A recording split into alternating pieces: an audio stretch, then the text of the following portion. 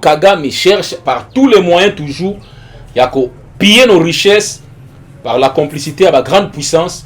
Tout le monde a s'organiser encore avec l'armée ougandaise pour mener l'assaut final pour eux. Ils pensent que ça goma pour eux contraindre les chefs de l'État à négocier avec eux. Voilà pourquoi il y a encore un missile à niveau à Goma que l'ennemi tient à tout prix par la bénédiction à la grande puissance ça Goma. Voilà pourquoi biso en tant que Congolais, situation sécuritaire est préoccupée biso au plus haut niveau.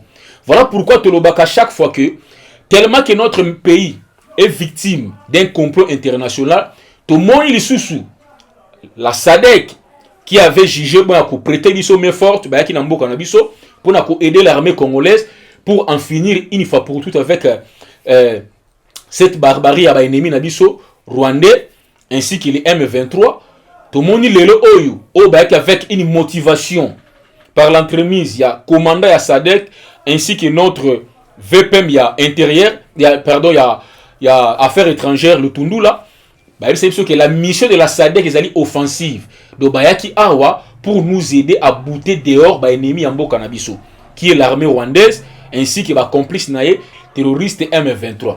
Mais à notre grande surprise, à l'heure où nous parlons, la SADC ainsi que les Burundi on dit qu'on soit pression aux États-Unis pour que la SADC a un peu qu'on lâcher à combattre à côté à faire DCT pour que a un peu qu'on saigne le gouvernement congolais à négocier avec les Rwandais. Chose qui nous étonne. Kagame cherche par tous les moyens toujours à piller nos richesses par la complicité à la grande puissance. Tout le monde a s'organiser encore avec l'armée ougandaise pour mener l'assaut final pour eux. Ils pensent que ça goma pour eux contraindre les chefs de l'État à négocier avec eux. Voilà pourquoi il y a encore un missile à niveau à Goma. Mais à un moment où il y avait d'intenses combats depuis hier aux alentours de Tchangungu. Parce que nos forces de défense, nos FARDC, ont pilonné la position mine RDF avec l'armée, avec appui à l'armée ougandaise, avec les terroristes M23, de Monaki, dans le moment depuis hier, les militaires Nabiso, ainsi que les Wazalendo, Bunda, il y avait d'intenses combats aux alentours de Tchangungu. Et puis l'axe Goma, Sake et Minova, qui coupé par les terroristes M23 et l'armée rwandaise, normalement, déjà depuis hier, déjà, ils sont sous contrôle, il y a FARDC ainsi que les Wazalendo. Bonjour ou bonsoir, ça dépend l'heure à laquelle Bolanda Bisso à travers magazine Nabiso Yokabaz. Isa Wabino, le sénateur Marcel, tous les sous natonga lelo, tout me un peu que partager situation politique et sécuritaire Yambo Kanabiso. Ils ont toujours inquiété beaucoup de Congolais dans la partie est Nabiso. Le Congo est victime d'un complot international, comme je l'ai toujours dit. Dans le moment où nos ennemis bazalaki en perte de vitesse na niveau ya est wana après tentative na bango ya ko occuper oyezalaki mweso, nos forces de défense, nos FARDC ainsi que nos patriotes wazalendo avaient réussi à bouter bango dehors. Alors na kanda wana on a vu l'armée ougandaise ne s'est plus cachée avec prêter main forte na armée RDF ya Rwanda ainsi que les terroristes M23 pour na encore assaut na Mweso. Voilà, ils vont larguer des missiles ou kozaki ba pertes en vie humaine ou certains Congolais ba kufaki ba paisible surtout ba kufaki na kati ya Mweso. Mais à l'heure actuelle, Mweso zalaki est sous contrôle. Il y a ba FARDC na biso ba maîtriser de la situation. Mais tout le monde qui banguna mboka na biso batika quitté parce que comme Kagame cherche par tous les moyens toujours à piller nos richesses par la complicité à la grande puissance, tout le monde a s'organiser encore avec l'armée ougandaise pour mener l'assaut final pour eux. Ils pensent que ça goma pour eux contraindre les chefs de l'État à négocier avec eux. Voilà pourquoi il y a encore un missile à niveau à Goma où il cause une psychose dans la population.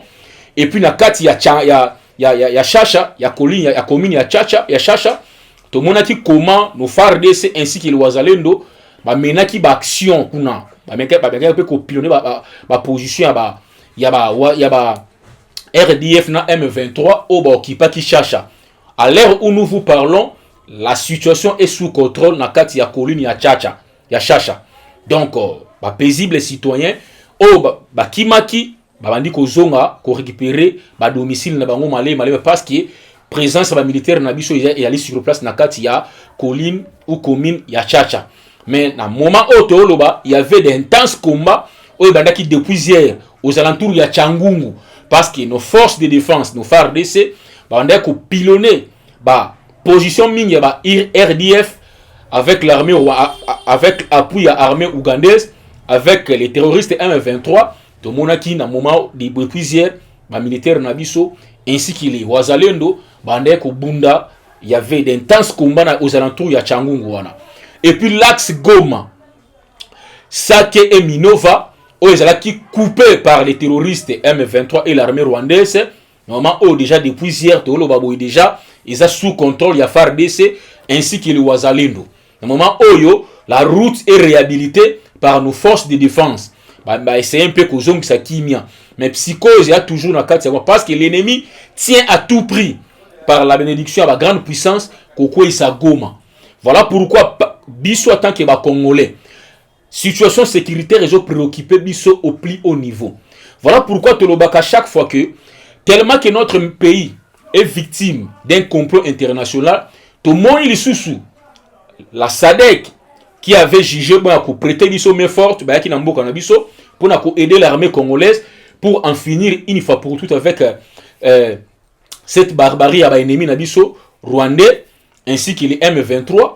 Tout le monde est avec une motivation par l'entremise, il y a commandant à SADC ainsi que notre VPM intérieur, il y a affaires étrangères, le Tundula. C'est que la mission de la SADC est offensive. Donc, Awa pour nous aider à bouter dehors l'ennemi en Bokanabiso, qui est l'armée rwandaise ainsi que les complices terroristes M23. Mais à notre grande surprise, à l'heure où nous parlons, la SADC ainsi que les Burundi ont dit qu'on soit précieux aux États-Unis pour que la SADC a un peu lâché à combattre à côté à faire DCT pour que a un peu le gouvernement congolais à négocier avec le Rwanda. Chose qui nous étonne.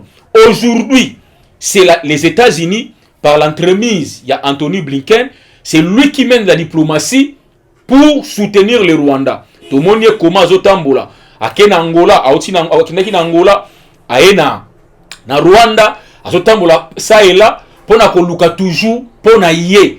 Amoni que la solution à ces problèmes, ils allaient que le Congo doit négocier avec les M23. Voilà pourquoi tu vois toujours que ces complots-là, qui datent plus de 4 décennies, et c'est la tissue noir sur blanc, côté ni États-Unis et soutenir. Moi je pense que les Congolais, plus ou moins 12 millions de Congolais.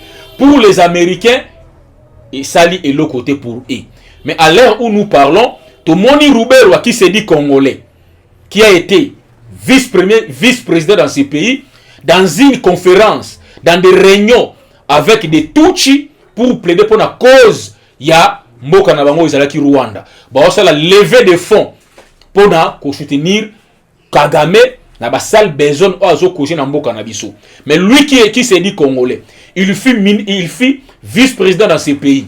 Il fut député dans ce pays. Il s'est dit congolais, mais il a plaidé pour la cause à Batuchi. Et ça paradoxe. Voilà pourquoi, biso à congolais, par moment, nous devons prendre des mesures moko contraignantes contre ces Rwandais. Je l'ai toujours dit. Tant que tu as des décisions courageuses, pour démontrer à la face du monde qu'au Congo, il n'y a pas de Tutsi congolais. C'est ça. Moi, je pense comment cette question est qu'on a un tabou au Congo pour dire tout haut qu'on a à la face du monde qu'au Congo, nous n'avons jamais eu de Tutsi congolais. Ce sont des Rwandais. Parce que ailleurs, ils se présentent comme des Congolais. Ils ont voyagé, ils ont un passeport congolais aux États-Unis, mais ils ont plaidé pour la cause de Rwanda. C'est paradoxe. Moi, je pense que les Congolais sont tellement complaisants à cette question. Voilà pourquoi les gens que nous avons reçus dans ces pays, comme des réfugiés, ils ont armes pour nous imposer eux volonté na bango. Nous disons non. Voilà pourquoi tu senga na ba autorité congolaise. Encore une fois de plus, ba meka un peu kozwa des décisions courageuses pour sauver ces pays. Parce que ce pays est victime d'un complot international. Bon, mon yango awa, à chaque fois que le pays n'a sur la sous-région, balingi ba aider Congo, au moni comment les États-Unis vont faire pression dans le pays wana. À l'heure où nous vous parlons, Burundi et subir la pression américaine. La SADC même pour que ba aider Congo ti. To moni Anthony Blinken après qu'on tombe en Afrique, à auto Kenya Kenya, pour na ko senga Uhuru Kenyatta qui fit jadis parrain, il y a Félix Tshisekedi dans l'élection 2018 que Félix Tshisekedi a négocié avec les M23. Moi je pense que Ezali insulte à l'égard des peuples congolais. Pendant que Anthony Blinken et les États-Unis ne tiennent pas compte, il y a plusieurs morts au Bakoufana Congo jour pour jour causés par les Rwandais et les M23, mais pour eux, ils veulent défendre toujours le Rwanda. Pour toujours maintenir le Congo à genoux. Nous disons non. L'heure maintenant est grave. Que les Congolais comprennent. Bon, on va voter le chef de l'État. Tous se ranger derrière notre chef de l'État. Parce que le complot auquel le Congo fait face, ce n'est pas contre Félix Tshisekedi, mais contre la nation congolaise. On a faire partie. Tom me un peu mettre de côté. Ezali ba ego na biso. Ezali ba parti na biso. Défendre intérêt en Moka parce que le Congo est en danger. Tout le monde combien les États-Unis, l'élo, y a mené diplomatie pour le Rwanda. C'est grave. Pendant que c'est le Congo qui est agressé. Et on intérêt à un pays qui est agressé, bah moyen de défense à se défendre. Moi je pense que nous disons non. Voilà pourquoi Bisso va Congolais. Tout met un peu côté élément. Tout se ranger par des manifestations de grande envergure pour dire non à ces complots contre notre pays par les États-Unis et toutes ces grandes puissances, notamment la France, la Grande-Bretagne et l'Allemagne.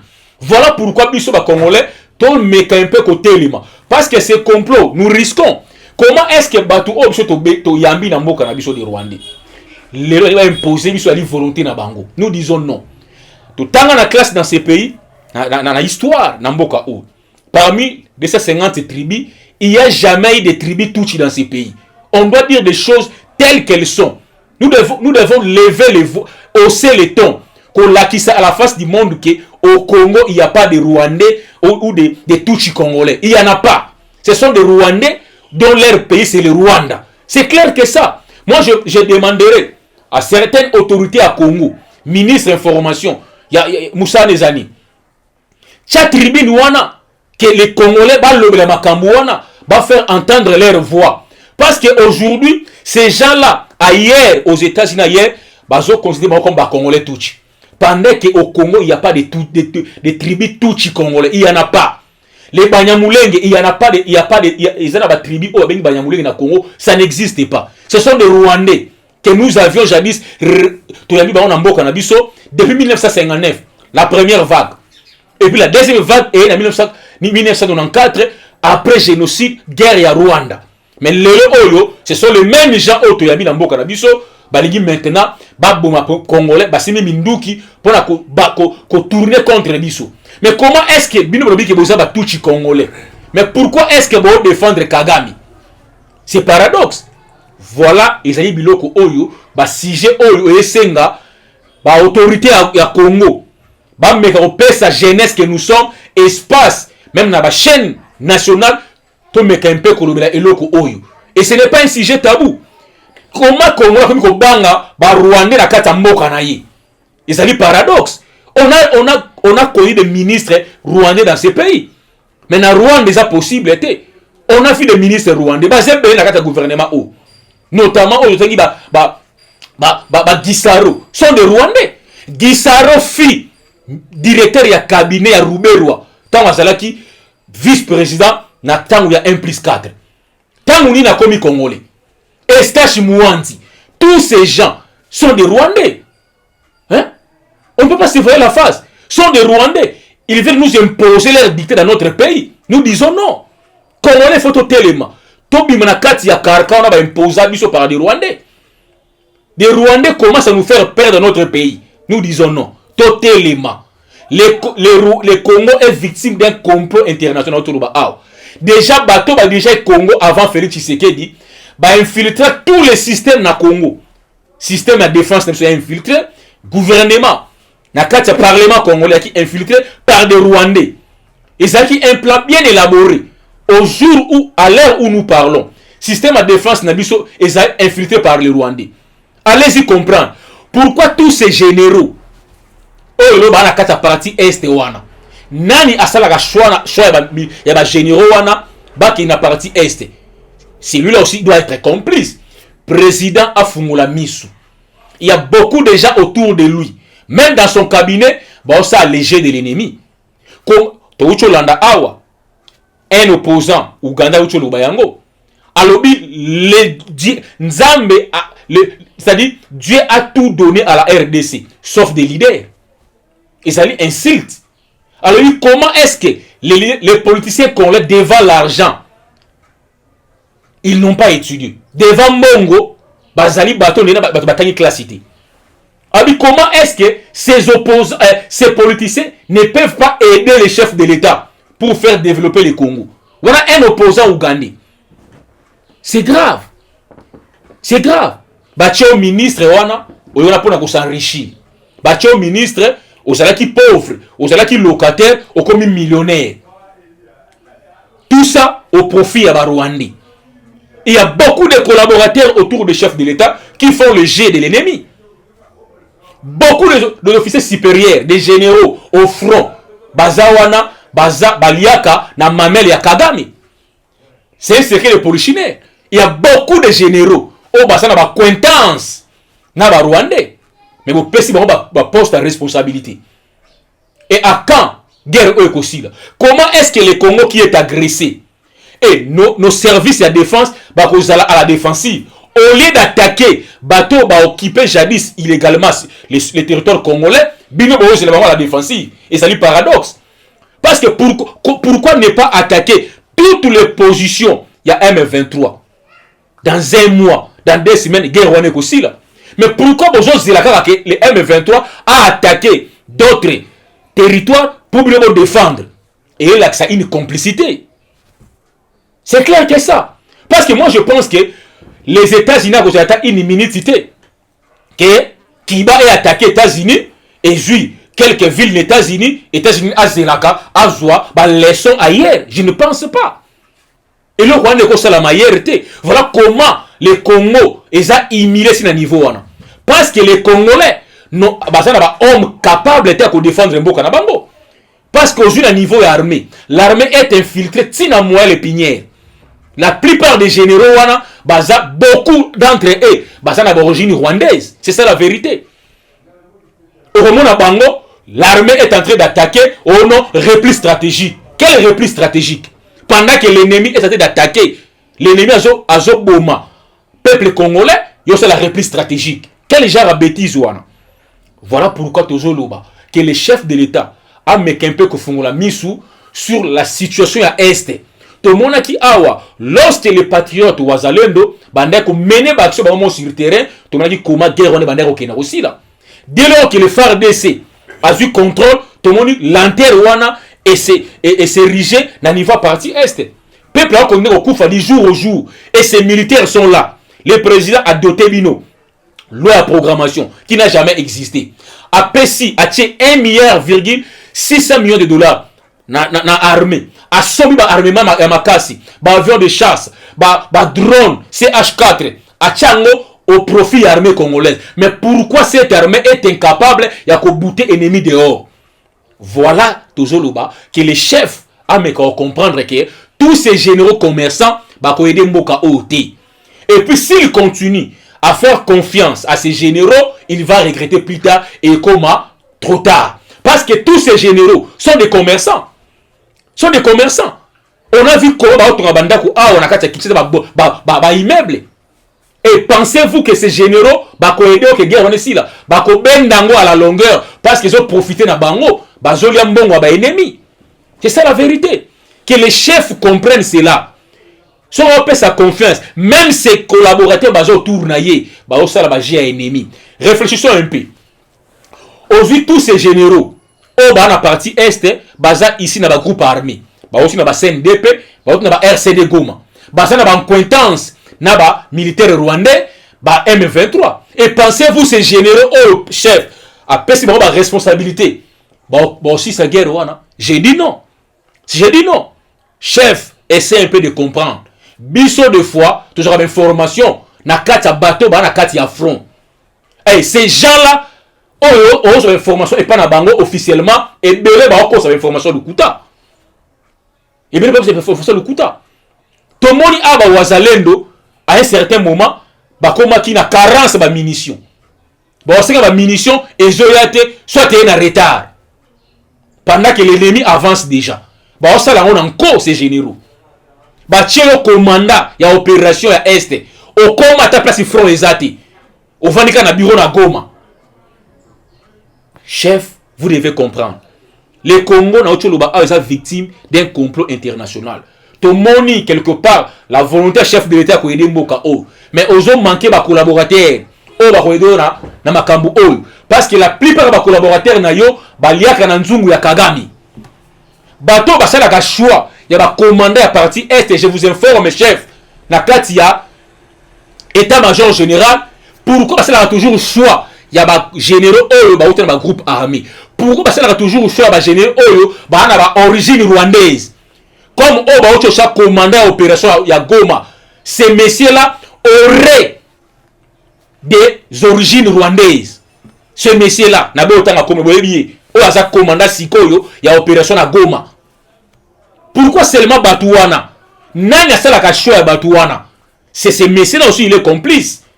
Voilà pourquoi, quand on va infiltrer qui système de défense nabiso, à dessin. Voilà combat au Félix Azobunda. Na niveau de l'armée, il y a des traîtres. Na niveau il y a des services d'intelligence, il y a des traîtres. Comment est-ce que ces militaires peuvent quitter Rwanda ou Ouganda, bazokota sur le sol congolais sans être inquiétés? Il y a un problème. S'il n'y a pas complicité, il y a trahison dans les chefs de nos FARDC. On a vu une vidéo qui circule. Un militaire a fustigé comportement à certains commandants dans les fronts. Ils ont exposé nos militaires dans les fronts pour leurs intérêts. La plupart de ces généraux sont des traîtres. Moi, je pense que le président doit cesser de faire confiance à ces généraux. La meilleure manière, la confiance n'exclut pas le contrôle, chef. Pour mettre fin à tout ça, il faut monter un système de contrôle. Lequel système peut permettre que tout le monde doit être contrôlé, doit être surveillé. Au PC, la responsabilité dans Moutou, au tchelien Moutou de côté à contrôler, au tchelien Moutou soit contrôlé au Wana. Je pense que ce qu'on établir système Wana à tous les niveaux. Moi, je pense que on a bonne information. Tant que je peux savoir toute confiance, Mingi chef, voilà les conséquences. Voilà les conséquences. Avec tout arsenal l'union sur autre armement. Avec Mbongo qu'on injecté dans la armée. Depuis l'indépendance, l'armée congolaise n'a pas dotation à marque en termes de Mbongo, en termes de armement. Mais comment est-ce que cette guerre est loin d'être terminée? Parce qu'il y a des traîtres au sein de l'armée. Il y a des traîtres. Voilà pourquoi tu es un chef de l'État. S'il continue à faire confiance à ses généraux, à ses collaborateurs qui travaillent pour le contre-ennemi, c'est lui qui va regretter. Sans oublier que ces mandats ici, ils allaient demander à tous les enjeux. Chef doit comprendre. C'est vous qui serez redevable au peuple congolais. Tout le monde est à niveau à Goma. Jeune Batelemi. Tumbi drapeau aux États-Unis. Moi, j'encourage encore la jeunesse congolaise. Batelema. Tombe un peu qu'on fustige le comportement américain contre notre pays. Ils veulent à tout prix que notre président a négocié avec les... Nous disons, il n'y a pas de négociation. S'ils veulent nous tuer, il y a tout le peuple congolais na kata mabele na yi. Pour Rwanda, avoir tous ces minéraux na compte na yi. Parce que trop c'est trop. Jeunesse congolaise, tout élément. Tout le monde manifester contre cette ingérence étrangère dans notre pays. Contre des dictats américains dans notre pays. Et puis à nos autorités. Nous ne pouvons plus continuer à demeurer des bons élèves devant les Américains. Pour ce qui concerne l'intérêt en Mokanabiso. Parce que c'est notre pays qui est en danger. Jusqu'à quand nous devons recevoir des injonctions auprès d'impérialistes? Le Congo, c'est un État souverain que nos dirigeants prennent des décisions courageuses et refuser tous ces dictats étrangers sur notre pays. Il faut prendre des décisions courageuses. Parce que sans ces décisions, Congo autre devrait toujours Boumba Rwandais. Les Oyo, Bangwana Bazo Tambo aux États-Unis, des Roubaix et consorts, dans des conférences. Il y a qu'on réunir des moyens pour financer Kagame, pour en finir une fois pour toutes avec les Congo. Mais Bisso, que font la diaspora congolaise? Bon, ça la nie. Diaspora, bon, ça la nie.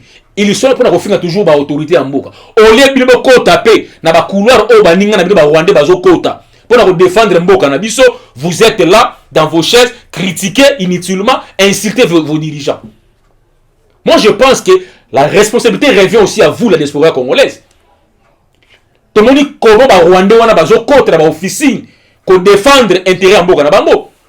Mais Bino, vous êtes là dans des futilités. Au lieu de défendre Mboka Ozokindi, Mboka Obovandi, et ça Mboka Nabinote. Un jour, vous avez un Congo. Mais si les gens, au lieu de défendre Mboka, vous avez un ennemi. Et au gouvernement congolais, la force de Kagame, ils ont manipulation. La force de Kagame, ils ont désinformation. Parce que c'est lui qui a l'information, c'est lui qui a le pouvoir. Tout le monde dit comment Rwanda a une grande armée numérique dans les médias. Mais pourquoi l'État congolais aussi ne peut pas aussi organiser cette Rwanda? Mettre aussi des moyens. Très bien information de couteau bazo panza auprès de la population pour que ça traumatise la population congolaise. Pour la nini gouvernement congolais bozawana, vous ne faites rien. Mettez les moyens. Nous les faisons avec des moyens de bord, par nos propres moyens, au risque même de nos vies. Qu'est-ce que nous gagnons? Si parce que nous sommes des patriotes. Mais c'est à l'État congolais de mettre des moyens comme le Rwanda fait. Rwanda recrute même au sein du Congo. Rwanda recrute même des journalistes congolais. Ils sont payés par les Rwandais. Mais nous défendons le Congo avec nos propres moyens. Qu'est-ce que le gouvernement congolais fait? Il doit aussi mettre des moyens. Parce que le Rwanda a pour mission faire des informations erronées pour créer une psychose dans les Congolais. Voilà pourquoi il y a toujours recadrer des fausses informations. Qu'on peut la vraie information. Nous avons des sources fiables sur le terrain. Il y a toujours senga dans le gouvernement congolais.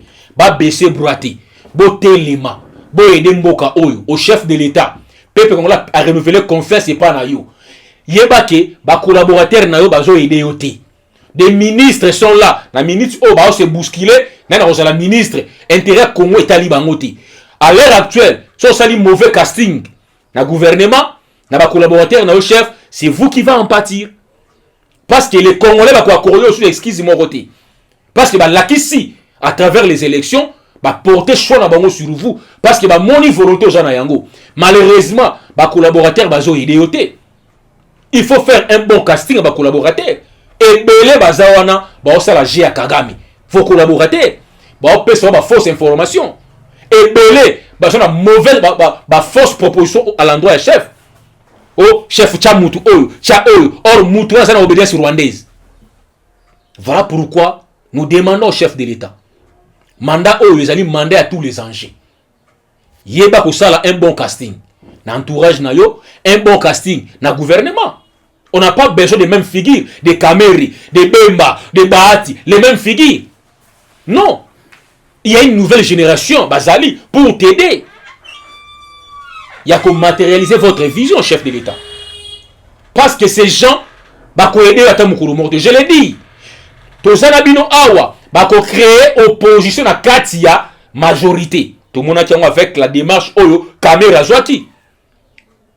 Comment est-ce que Kamera peut créer une majorité dans Katia majorité? Vous devez comprendre. Parce qu'il voulait à tout prix faire le chantage au chef de l'État. Ils auraient réussi la mission à Kagame. Voilà pourquoi c'est la chantage. Ils ont toujours poste à Premier ministre pour faire la mission à Kagame dans le gouvernement. Et nous alertons le chef. Ne jamais faire confiance à tous ces gens-là qui ont obéissance à Kagame. Beaucoup de gens bazawana. Alors, chef, vous devez comprendre cela. Congola peut sur confiance. Dans le deuxième mandat, apesi oyiba désidératé à peuple congolais. Les tomoni jeunesse ya Goma batomboki ba pasoli drapeau aux États-Unis. Il va passer message au clair. Balobi soki le gouvernement congolais a continuer qu'on soit dictateur américain, ba ko désavouer gouvernement congolais, ba autorité congolaise. Vous devez prendre ça en compte parce que le Congo c'est un état souverain. Notre pays qui est agressé, mais nous voulons en causer là ba dictateur américain ba lobby. Pendant que le Rwanda continue à faire tuer les Congolais dans la partie est, na biso photo zela toujours ba américain ba bibo zela. Pendant que les Américains c'est eux ba soutenir le Rwanda. Chef de l'État. To sengi na yo pays kolingi Congo mingi. Mais yeba ke ba entourage na ba zo aider yote. Si vous voulez réellement aider ces pays, il faut prendre ba décision courageuse. Eux ko sala que ba inimba comprendre que ba Congolais ba la muki. Les Rwandais doivent retourner chez eux. C'est clair que ça. Les Rwandais doivent retourner chez eux. Des Roubers sont des Rwandais. Des Gisaru, des Moïse Nyarugabo, François Robota, tous ces gens sont des Rwandais. Des Kamere doivent retourner chez eux au Rwanda. Et laisser le Congo aux Congolais. Ce sont des questions, choses très rigoureuses dans la question. Tout le monde a complaisance, naïveté dans les chefs des Congolais. Tout le monde a le président burundais à la frontière. Il a expulsé tous les Rwandais. L'année passée, Kenya l'avait fait. Il avait expulsé tous les Rwandais Panabango. Pourquoi pas Bisso na Congo awa tozongi sa ba Rwandais na mboka na bango? Ils ont leur terre qui est le Rwanda. Ba semé désordre na kata mboka o. Ils sont là, ils ont pris des armes pour tuer les Congolais, pour s'imposer dans ces pays. Mais les Congolais n'en parlent pas. La facilité zangatina. Les Rwandais doivent retourner chez eux. Le Congo n'est pas leur pays. S'ils veulent qu'on vende dans le Congo, ils doivent respecter les lois du pays. Mais comment est-ce que nous les avons accueillis dans notre pays, mais ils prennent des armes pour nous tuer? Jamais nous pouvons accepter ça. Alors, les dirigeants congolais, les gouvernements congolais, il ne faut pas traiter le problème au Wana. On ne peut pas nous imposer un État souverain. Il y a des Congolais. Non. Les Rwandais sont des Rwandais. Il n'y a pas de tribus touches dans ces pays. Il n'y a pas de tribus banyamulenge dans ces pays. Ce sont des Rwandais. Kimaki génocide. La première vague, ils étaient en 1959. Deuxième vague, en 1994. Tu as même comme des réfugiés. Guerre dans Rwanda, ils n'ont qu'à retourner chez eux. Ils n'ont qu'à retourner chez eux. Ils sèment des terreurs dans notre pays. À la longueur de la journée des Congolais. Et aux vies eux aussi de tout le monde. Et personne n'en parle. Alors il faudra maintenant, responsabilité de Congolais. Il faut les refléter dans leur pays. Il faut les expulser dans leur pays. Voilà, c'est là qui wabino mon amboka Marcel. Tu m'as dit un peu que partager la situation politique, la sécurité yamboka nabiso. Les États-Unis ont commis qu'on menait diplomatie pour le Rwanda. Tout le monde Anthony Blinken comment ils ont sillonné l'Afrique. C'est là l'Angola avait envoyé son émissaire auprès du chef de l'État pour plaider pour un dialogue. Le président avait refusé catégoriquement. Tout le monde a minute oyo a eu un ancien président Kenya Uhuru Kenyatta pour ayebi que Uhuru Kenyatta entretient de bonnes relations avec Félix Tshisekedi pour que Asenga notre président a négocié avec les Rwandais. Ils allaient insulter au peuple congolais. Donc pour les Américains, les morts au Bakoufa Congo jour pour jour et le de comme côté. Alors voilà Bissot. Tout ça derrière la position chef de l'État na Bissot. Il n'y aura pas de négociation. S'il faut nous tuer, Baya, Bissot na kati yamboka na Bissot. À la jeunesse congolaise, tout élément, na ba manifestation, tout le non avec la politique hypocrite américain contre notre pays. Tout élément, tout le monde la jeunesse ya Goma ba télémati, ba keko tout même ba drapeau aux États-Unis na kati ya Goma. Bisopé que toutes les provinces ya Congo, la jeunesse ba téléma, tout ça la manifestation moko boya makasi de grande envergure pour dénoncer ces complots encore il y a États-Unis contre notre pays. Voilà, et c'est là qui wabino, le sénateur Marcel, tu m'as un peu partager la situation en Mboka Nabiso. Que les chefs comprennent que les Congolais sont autant les laïcs. Parce que tu penses qu'il y a un deuxième mandat pour résoudre nos problèmes. Alors, il n'a pas droit à l'erreur. Il n'a pas à faire confiance. Nabatu Oyo, ba détruire Mboka Oyo.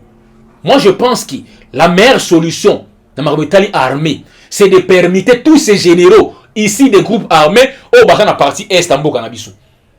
Kozwa au bana ouest, ba na est. Pourquoi ne pas Kozwa? Kozwa mtorola Chiko Chitambe, John Chibangu. Ba kene na partie est.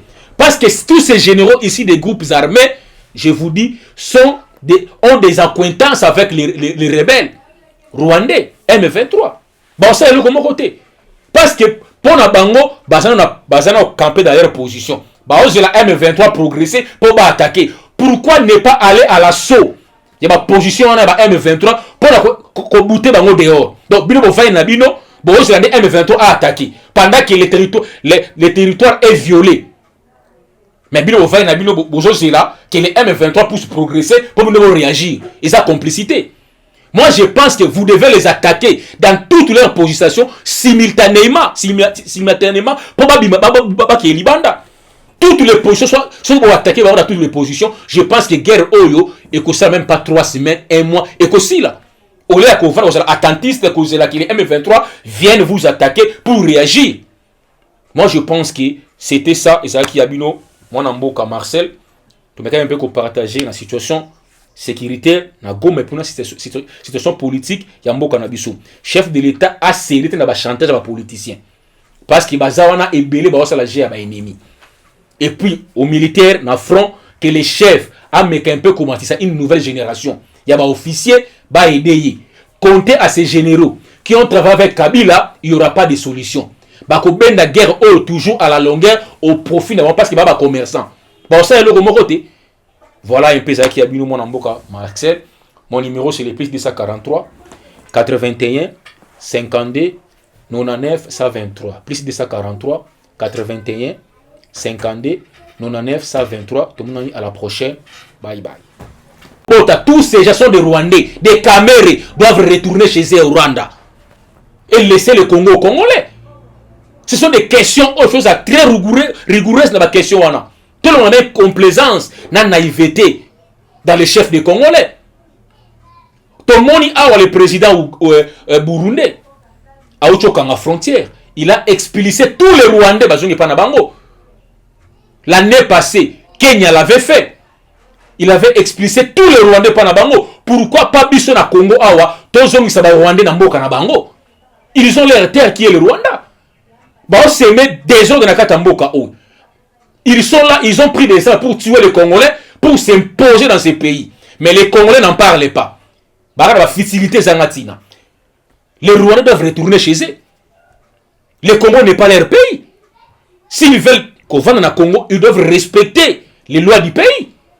Mais comment est-ce que nous les avons accueillis dans notre pays, mais ils prennent des armes pour nous tuer? Jamais nous pouvons accepter ça. Alors, les dirigeants congolais, les gouvernements congolais, il ne faut pas traiter problème au Wana. On ne peut pas nous imposer un État souverain. Il y a comme Congolais, non. Les Rwandais sont des Rwandais. Il n'y a pas de tribus touches dans ces pays. Il n'y a pas de tribus Banyamulenge dans ces pays. Ce sont des Rwandais. Kimaki génocide. La première vague, ils sont en 1959. Deuxième vague, en 1994. Tu as même comme des réfugiés. Guerre dans Rwanda, ils n'ont qu'à retourner chez eux. Ils n'ont qu'à retourner chez eux. Ils sèment des terreurs dans notre pays. À la longueur de la journée des Congolais. Et aux vies eux aussi de tout le monde. Et personne n'en parle. Alors il faudra maintenant, responsabilité de Congolais. Il faut les refaire dans leur pays. Il faut les expulser dans leur pays. Voilà, c'est là qui va bien mon Mboka Marcel. Tu m'as dit un peu que partager la situation politique, la sécurité de Mboka Nabiso. Les États-Unis ont communaillé qu'on menait diplomatie pour le Rwanda.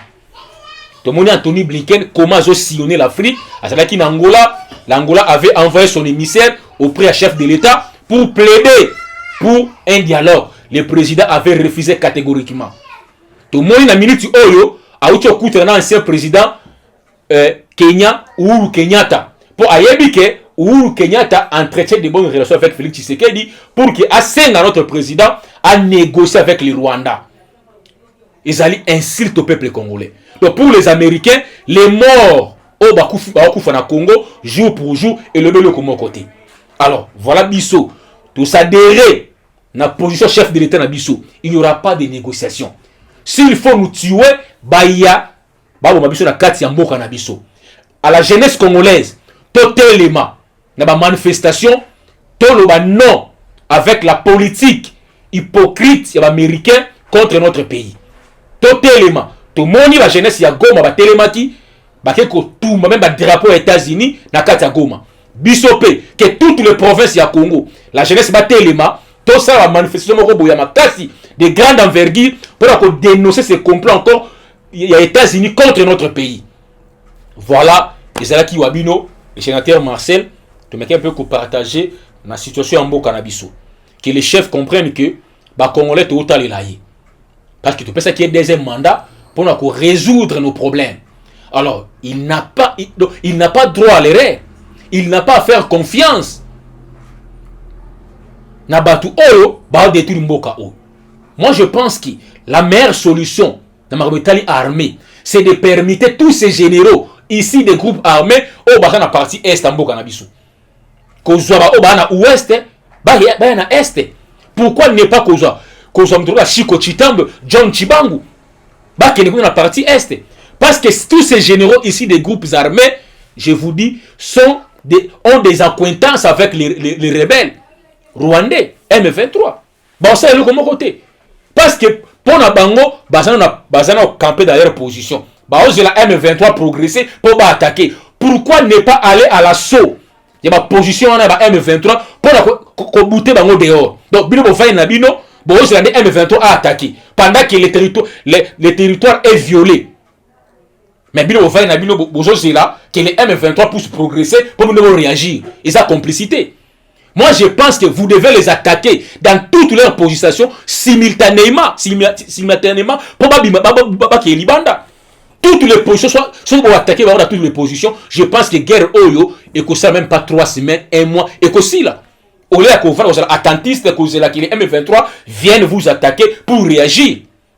Moi, je pense que c'était ça. Et ça qui a bino, moi Namboka Marcel, tu m'as un peu partager la situation sécuritaire na Goma pour une situation politique ya mboka na biso. Chef de l'État a cédé na ba chantage ba politicien parce que bazawana ebele ba osala gérer ba ennemi. Et puis aux militaires na front que les chefs a meké un peu commencer ça une nouvelle génération. Ya ba officiers ba aider. Comptez à ces généraux qui ont travaillé avec Kabila, il y aura pas de solution. Ba ko benda guerre toujours à la longueur au profit parce que ba commerçant. Ba ça le côté. Voilà un peu ça qui a bien mon amboka Marcel. Mon numéro c'est le plus 243 81 52 99 123. Plus 243 81 52 99 123. Tout le monde à la prochaine. Bye bye.